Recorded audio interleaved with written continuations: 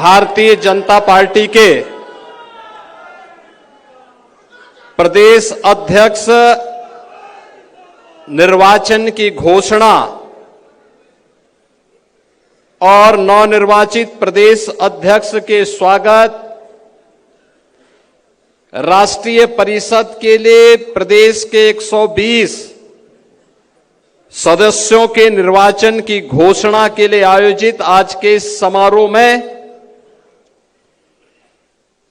केंद्रीय चुनाव अधिकारी के रूप में हम सब के बीच में यहां पर उपस्थित केंद्रीय उद्योग एवं वाणिज्य मंत्री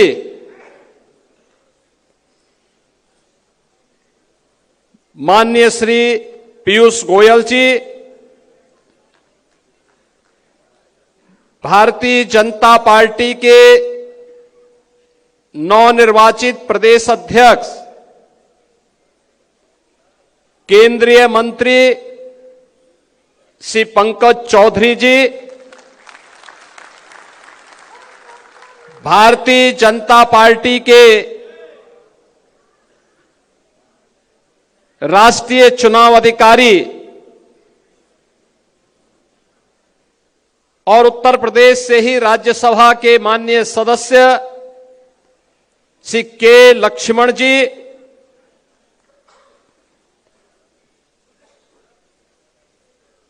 भारतीय जनता पार्टी के निवर्तमान प्रदेश अध्यक्ष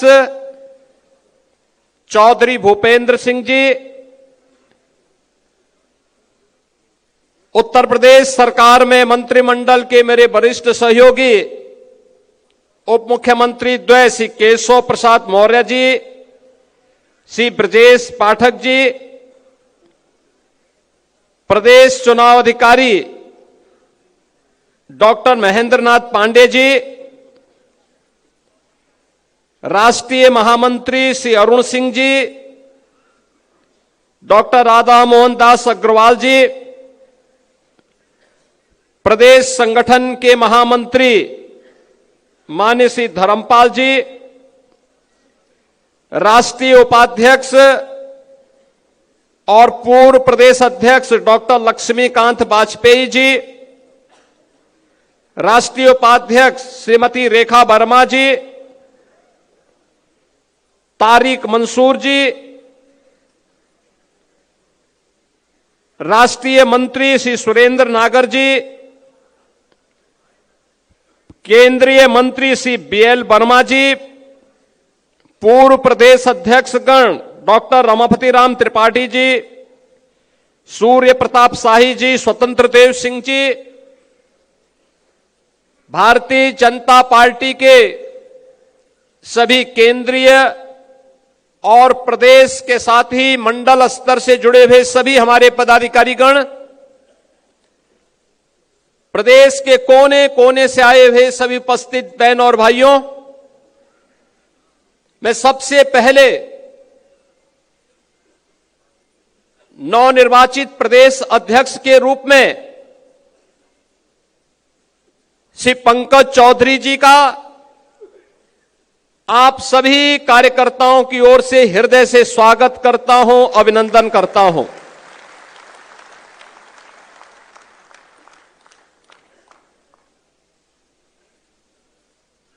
मैं इस अवसर पर इस पूरी चुनाव की प्रक्रिया को सकुशल निर्विघ्न तरीके से संपन्न करने के लिए, निर्विवाद रूप से संपन्न करने के लिए डॉक्टर महेंद्र नाथ पांडे जी को, प्रदेश अध्यक्ष के निर्वाचन अधिकारी माननीय पीयूष गोयल जी को और संगठन पर्व के राष्ट्रीय अधिकारी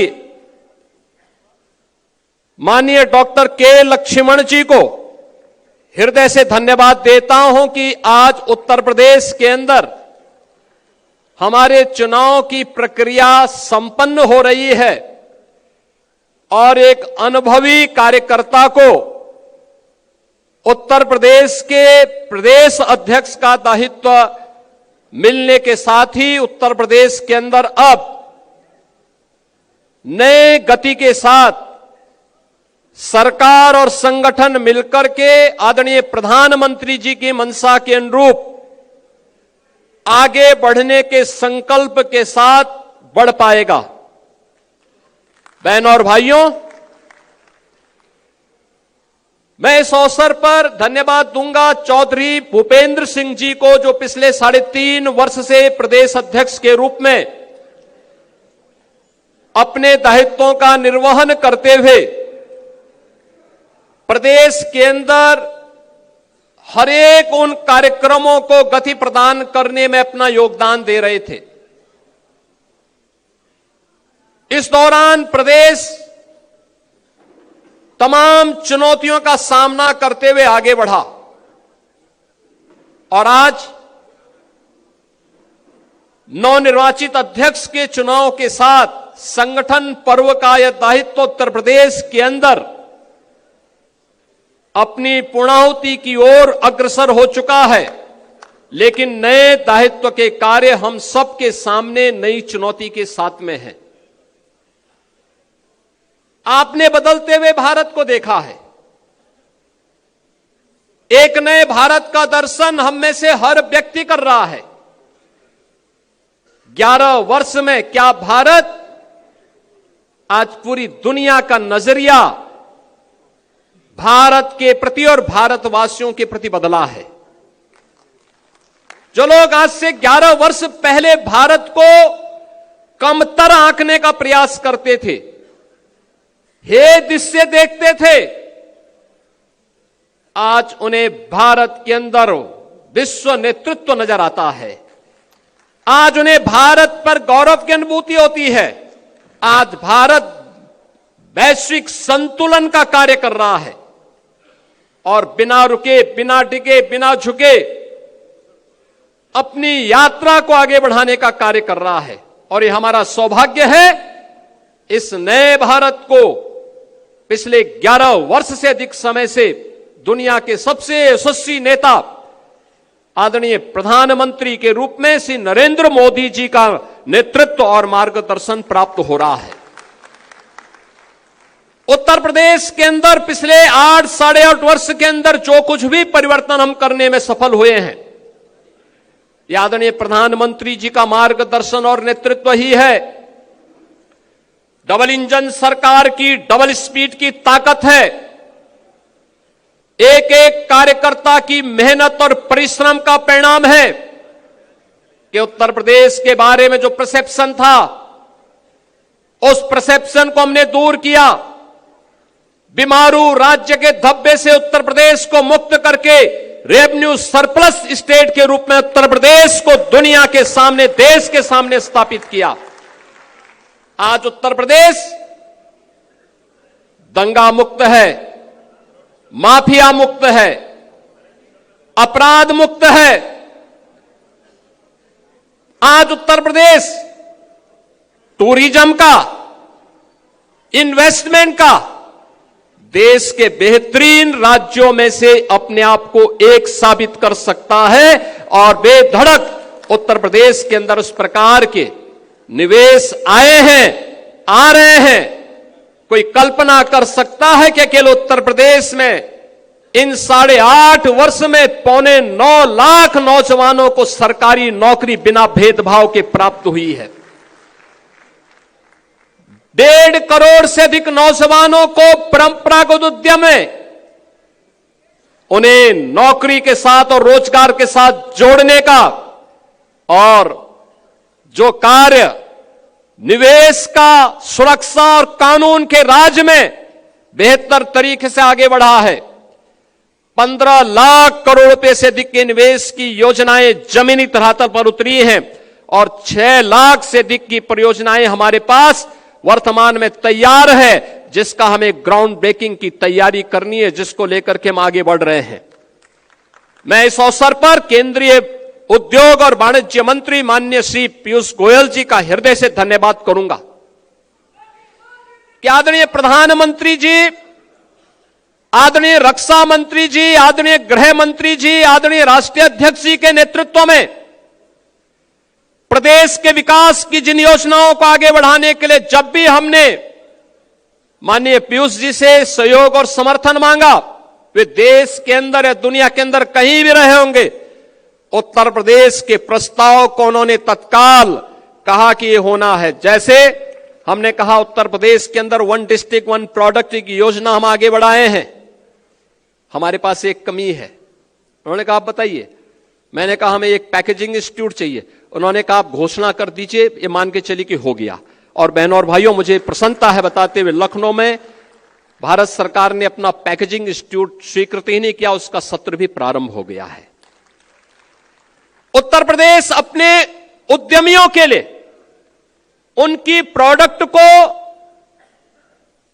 शोकेसिंग कर सके, दुनिया के बाजार में पहुंचा सके। हमारे मन में आया कि हम क्या उत्तर प्रदेश ग्लोबल मीट का कोई आयोजन हम कर सकते हैं? कोई ऐसा आयोजन हो जाए जहां उत्तर प्रदेश के प्रोडक्ट को हम शोकेसिंग कर सकें। तो ट्रेड शो कोई ऐसा हो। मैंने माननीय पीयूष जी से चर्चा की। उन्होंने कहा चिंता मत करिए। पहले वर्ष उन्होंने कहा कि मैं कम से कम 500 फॉरेन बायर अपने खर्चे पे भेज रहा हूं यूपी में। यूपी के लोग अपना वो लगाएं, खरीदारी करने की जिम्मेदारी हमारी, दुनिया के मार्केट में पहुंचाने की जिम्मेदारी। और बहनों और भाइयों, आज हर वर्ष सितंबर माह में उत्तर प्रदेश का सूक्ष्म लघु उद्यम विभाग उत्तर प्रदेश के अंदर बने हुए हर प्रोडक्ट को हम लोग ग्रेटर नोएडा में इंडिया एक्सपो सेंटर में UP trade international trade show का आयोजन करते हैं। और इतना लोकप्रिय हुआ है, इस बार भी मैंने उनसे अनुरोध किया। वो दुनिया में अपने भारत के कार्यक्रमों की दिशा से व्यस्त थे, तब भी वे उसके कार्यक्रम में आए। आदरणीय प्रधानमंत्री जी ने उद्घाटन किया और माननीय पीयूष जी ने उसका समारोप किया और आए, और उसमें लगभग 11,000 करोड़ रुपए के प्रोडक्ट उत्तर प्रदेश से दुनिया के मार्केट के लिए बुक हुए। ये सारा पैसा उत्तर प्रदेश के व्यापारियों को, उत्तर प्रदेश के उद्यमियों को प्राप्त हुआ। यह कार्य तब हो पाया, राजनीतिक स्थिरता थी, सुरक्षा का बेहतर माहौल था, आदरणीय प्रधानमंत्री जी का और केंद्रीय नेतृत्व का भरपूर सपोर्ट था, और उसके बल पर डबल इंजन सरकार की सामर्थ्य और शक्ति के बल पर आम जनमानस के लिए सत्र के पहले जो प्रदेश उपद्रवग्रस्त था, आज उत्सव पर्व के रूप में उत्तर प्रदेश में मनाया जा रहा है। कोई सोचता था सत्र के पहले के अयोध्या में श्री राम जन्मभूमि पर भगवान राम लला का भव्य मंदिर बनेगा, अयोध्या दुनिया की सुंदरतम नगरी बनेगी। आज तो कोई हमारी अयोध्या पे प्रश्न नहीं उठाएगा। आज कोई राम भक्त पर उंगली नहीं उठा सकता, नहीं उठा सकता। 17 के पहले जब भी कोई भाजपा का कार्यकर्ता, विचार परिवार का कोई कार्यकर्ता कहता था रामलला हम आएंगे, मंदिर वहीं बनाएंगे, लोग कहते थे अरे देखो ये सब इनका ऐसे ही नारा है। लेकिन क्या आज कोई प्रश्न उठा सकता है क्या? आज तो मंदिर बन गया ना, दुनिया का सबसे भव्य मंदिर बन गया है। और पहली बार हुआ है अयोध्या धाम में स्वयं आदरणीय प्रधानमंत्री जी पधारे। उन्होंने श्री राम जन्मभूमि के भव्य मंदिर के शिलान्यास का कार्यक्रम भी किया। प्रधानमंत्री जी ने 500 वर्षों के बाद रामलीला को अयोध्या में भगवान राम के अपने भव्य मंदिर में विराजमान करने का काम भी किया। और अभी 25 नवंबर को रामलला के भव्य मंदिर में धर्म ध्वजा के आरोहण करने के लिए भी स्वयं प्रधानमंत्री जी पधारे। भारत के विरासत को गौरव के साथ दुनिया के अंदर आगे बढ़ाने की उस अभिव्यक्ति का यह प्रतीक है जो हर भारतवासी के लिए प्रधानमंत्री जी बार बार कहते हैं अपनी विरासत पर गौरव की अनुभूति करो। वही विरासत है। काशी में काशी विश्वनाथ धाम हो, मिर्जापुर में मां बिंदुवासिनी का धाम हो, या फिर सीतापुर में नेमिष तीर्थ के पुनरुद्धार का कार्य हो, अयोध्या में श्री राम जन्मभूमि का हो, श्रावस्ती, कुशीनगर, कपिलवस्तु, कौशांबी या अन्य उन क्षेत्रों में भगवान बुद्ध से जड़े हुए तीर्थ स्थलों के पुनरुद्धार का कार्य हो, सारनाथ समेत उन सभी स्थलों के लिए जहां पर भी भगवान बुद्ध से जुड़े हुए तीर्थ स्थल मौजूद हैं। पश्चिम में सुख तीर्थ हो जो पहली भागवत भूमि के रूप में है, या मथुरा, वृंदावन, बरसाना, गोकुल, गोवर्धन, इन सभी तीर्थों के वैश्विक मानचित्र पर पुनर्स्थापना का कार्य आज प्रभावी ढंग से डबल इंजन सरकार उसी प्रभावी तरीके से आगे बढ़ाने का काम कर रही है। बहनों और भाइयों, यह काम इसलिए हो पा रहा है क्योंकि जनमानस को भी विश्वास है सरकार करेगी, अच्छा करेगी। आज उत्तर प्रदेश का इंफ्रास्ट्रक्चर, कोई सोचता था पहले बिजली नहीं आती थी क्योंकि 17 के पहले जो लोग प्रदेश की कमान जिनके हाथों में थी वे अंधेरे में रहने के व्यस्त थे, क्योंकि डकैती तो अंधेरे में ही पड़ती है,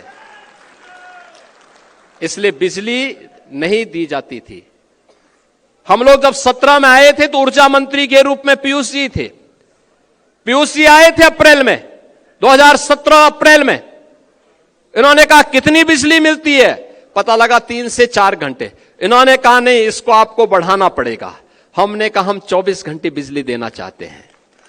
और याद करिए, जब अप्रैल प्रथम सप्ताह 2017 में माननीय पीयूष गोयल जी उत्तर प्रदेश आए थे, तब से बिजली का जो रोस्टर उन्होंने तय किया वही आज भी उत्तर प्रदेश के अंदर लागू है। सभी 75 जनपदों में, 350 तहसीलों में, 825 विकास खंडों में, 662 नगर निकायों में अनवरत रूप से वही रोस्टर आज भी लागू है, बिना किसी बाधा के।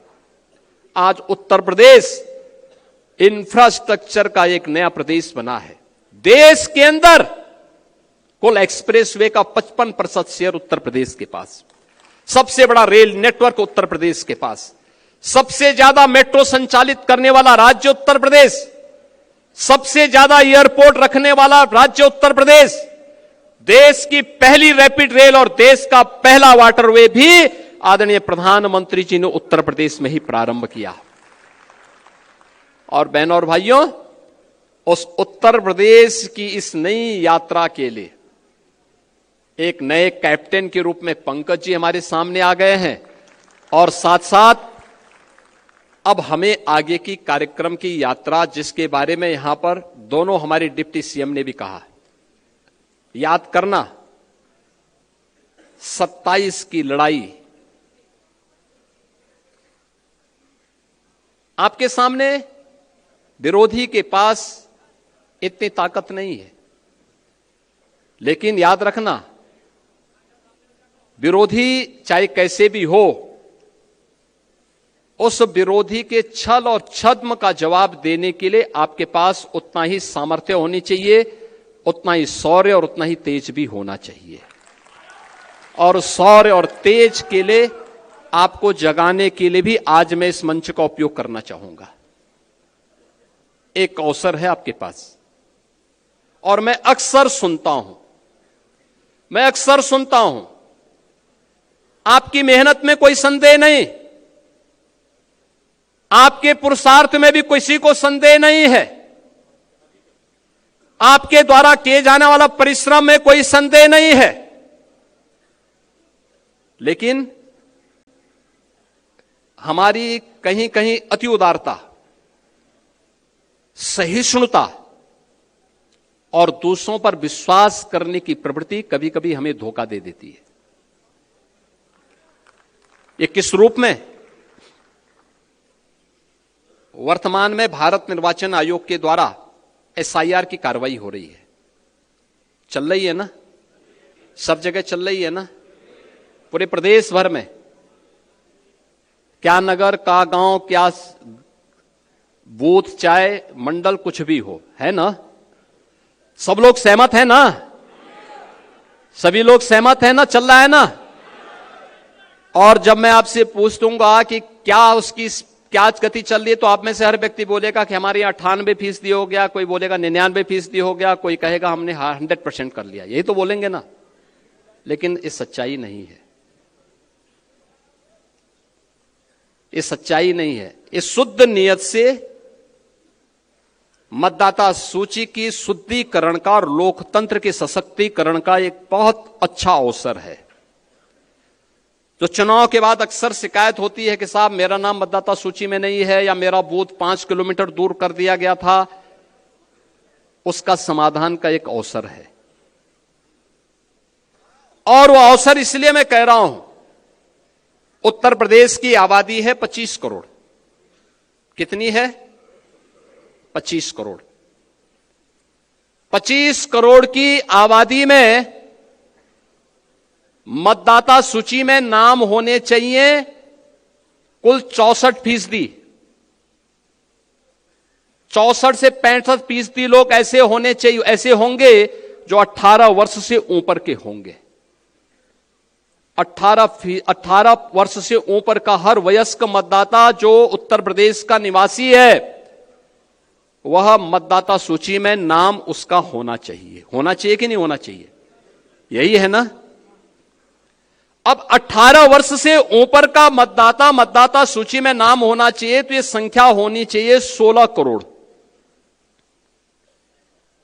और मतदाता सूची में एसआईआर के बाद जो मतदाता सूची में नाम आए हैं, वो कितने आए हैं? 12 करोड़। ये 4 करोड़ का जो गैप है, 2025 की जो मतदाता सूची थी, जनवरी 2025 की, उसमें कुल नाम थे 15 करोड़ 44 लाख। कितने थे? 15 करोड़ 44 लाख। 1 जनवरी 2026 को जो भी युवा 18 वर्ष का होगा, वह मतदाता बनने का हकदार होगा। यह संख्या बढ़नी चाहिए 15 करोड़ 44 लाख से 16 करोड़ तक, लेकिन यह संख्या बढ़ी नहीं है, घटी है। 15 करोड़ 44 लाख से घट करके ये हो गई है 12 करोड़। ये जो 4 करोड़ का गैप है, ये मिसिंग है। ये आपका विरोधी नहीं है। इसमें से 85 से 90% आपका मतदाता है। याद करना, आपका मतदाता है। और उसमें 4 कैटेगरी में आपको देखना है। 4 कैटेगरी। एक, जिन तक अभी कोई नहीं पहुंचा, अनमैपिंग में। संजोग से भारत निर्वाचन आयोग ने 14 दिन का नया समय बढ़ाया है। यानी आज के दिन से अगर आप लेंगे तो आपको 12 दिन का नया समय मिला हुआ है। ये 12 दिन का बेहतर उपयोग। ये काम याद करना, चुनाव का काम, चुनाव का परिणाम विधानसभा में, लोकसभा में आता है, लेकिन चुनाव लड़ा जाता है बूथ पे, जिसके लिए प्रधानमंत्री जी कहते हैं कि बूथ यानी मेरा बूथ सबसे, क्योंकि लड़ाई बूथ पे होती है, इसलिए वो मजबूत होना चाहिए। होना चाहिए कि नहीं होना चाहिए? अब मैं आप सबसे कहूंगा, अब ड्राफ्ट सूची आ रही है आपके पास, आने लग गई, उसकी नकल मिलने लग गई, उसका एक बार अवलोकन कर लीजिए। और ये बूथ पर वो कोई भी पदाधिकारी, राष्ट्रीय पदाधिकारी हो, प्रदेश का हो, क्षेत्र का हो, जिले का हो, मंडल का हो, शक्ति केंद्र का हो, ये सभी लोग अपने बूथ की मतदाता सूची को एक साथ मिलकर के अवलोकन करें।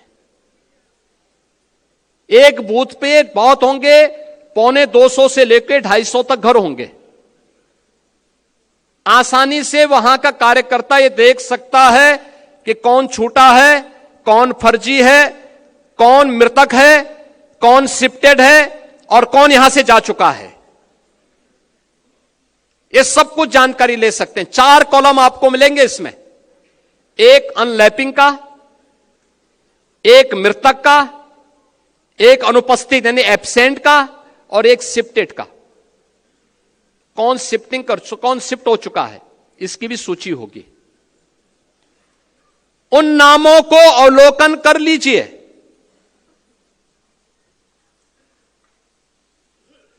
देखिए, मैं अभी गया था एक जनपद में, वहां की मतदाता सूची में जो एसआईआर के फॉर्म भरे हैं बहुत सारी विरोधियों ने, उसमें कुछ बांग्लादेशियों के भी नाम है। आप मुझे बताइए, एक जगह तो यह भी मैंने देखा, एक सज्जन का नाम था, उसकी उम्र 20 साल, उसके पिता की उम्र 30 साल और उसके ग्रैंडफादर की उम्र 40 साल। तो मैंने कहा ये कौन नए नमूने आ गए। देखो, आप जब देखेंगे तब आप मुझे बताइए 10 साल की उम्र में किसी का बच्चा होगा क्या? लेकिन यह भी फॉर्म भरा गया है। यानी बेटे की उम्र 20 साल, बाप की उम्र 30 साल और उसके ग्रैंडफादर की उम्र 40 साल। तो मैंने कहा तब तो ये कई पीढ़ियां देख चुके होंगे भाई। आप मुझे बताओ, अगर सबसे बड़ा व्यक्ति 90 साल का होगा तो इताई उससे पहले तो कई पीढ़ियां होंगी। वो तो पूरा गांव ही एक परिवार बसा देगा, एक ही परिवार गांव बसा देगा। हमें इस समय उसको देखना होगा। यह भी फर्जी हुआ है। नाम कहां से? पश्चिमी, यानी उसमें दिनेजाकपुर, नौगांव असम, और मतदाता बने हैं संभल में। क्या मतलब है?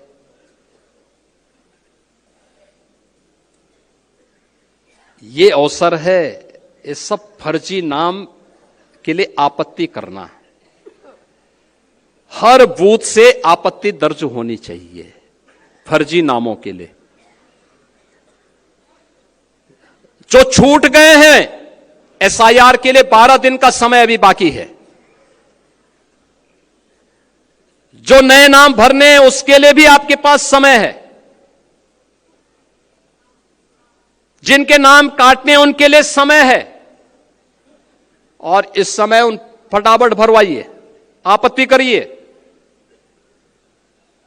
ये इसलिए आवश्यक है कि चुनाव में आपकी मेहनत 3/4 इस एसआईआर की सूची रिफाइंड हो जाएगी।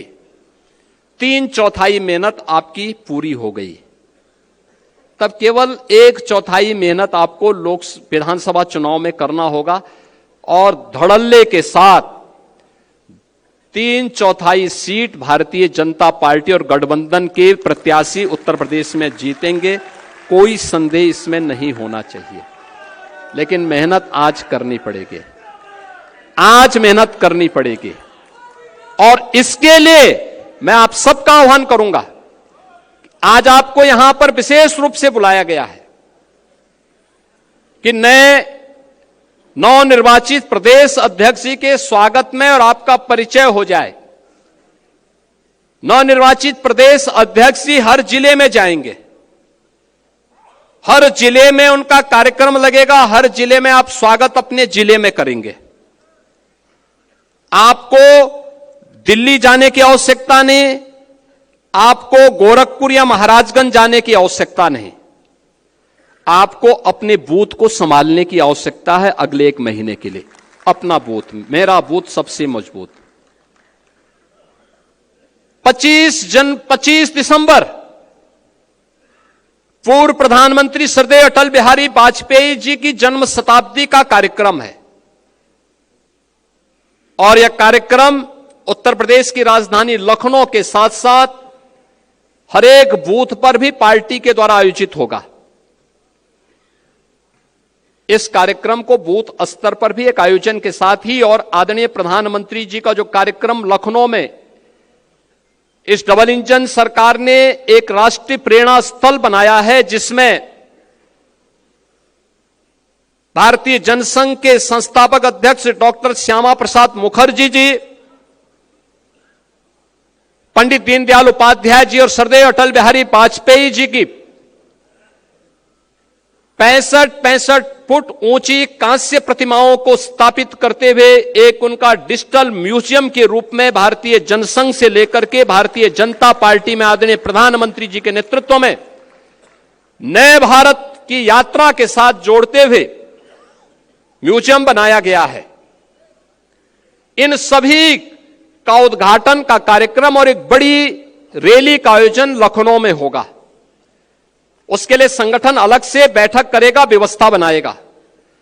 लेकिन एसआईआर की कार्रवाई के बाद मैं आपको आश्वस्त कर सकता हूं, जो भी कार्यकर्ता यहां पर आए हैं आज के इस कार्यक्रम में, एसआईआर की कार्रवाई आप पूरा कर देंगे तो आपको हम राष्ट्र प्रेरणा स्थल दिखाने के लिए लेकर के आएंगे और यहां दिखाएंगे भी। जन्मभूमि अयोध्या में रामलला का दर्शन करवाने के साथ ही यहां भी करवा देंगे, यहां भी दर्शन करवाएंगे। आप देखेंगे दिन भर का कार्यक्रम उस म्यूजियम में है। बहुत सुंदर बना है। देश को समझने, विचारधारा को समझने और भारतीय जनसंघ से लेकर के भारतीय जनता पार्टी और नए भारत का दर्शन करना अगर किसी को है, लखनऊ में राष्ट्र प्रेरणा स्थल का म्यूजियम उसका उदाहरण बनेगा। यह कार्यक्रम भी लखनऊ में 25 दिसंबर को आयोजित होगा। इस कार्यक्रम के लिए संगठन माननीय धर्मपाल जी अलग से व्यवस्था बनाएंगे। इस कार्यक्रमों के साथ हमें जुड़ना है। फिलहाल मैं आपसे अपील करूंगा, फॉर्म नंबर 6 हर बूथ पर भरवाइए। जो छूट गए हैं, एसआईआर के जो प्रपत्र भी जमा नहीं हो पाए, 12 दिन का समय है, युद्ध स्तर पर लगिए। जो गलत नाम है उनके लिए फॉर्म 7 भरवाइए। जहां संशोधन करना है 8A फॉर्म भरवाइए। कोताही मत बरतिए। एक एक बूथ की समीक्षा और एक एक बूथ पर मेहनत परिणाम लाएगी। और दूसरा है, जो शिकायत आती है कि हमारे मतदाता इस बूथ से थे, उस बूथ में नजदीक पोलिंग होनी थी लेकिन वो 5 किलोमीटर दूर कर दिया। यह अवसर है जब आप उसको बदलने के लिए आवेदन कर सकते हैं, कर दीजिए। अब लेट मत करिए, यह अवसर है। इस अवसर का लाभ आप उठाएंगे, इस विश्वास के साथ मैं एक बार फिर से अपने नवनिर्वाचित प्रदेश अध्यक्ष श्री पंकज चौधरी जी को हृदय से बधाई देता हूं।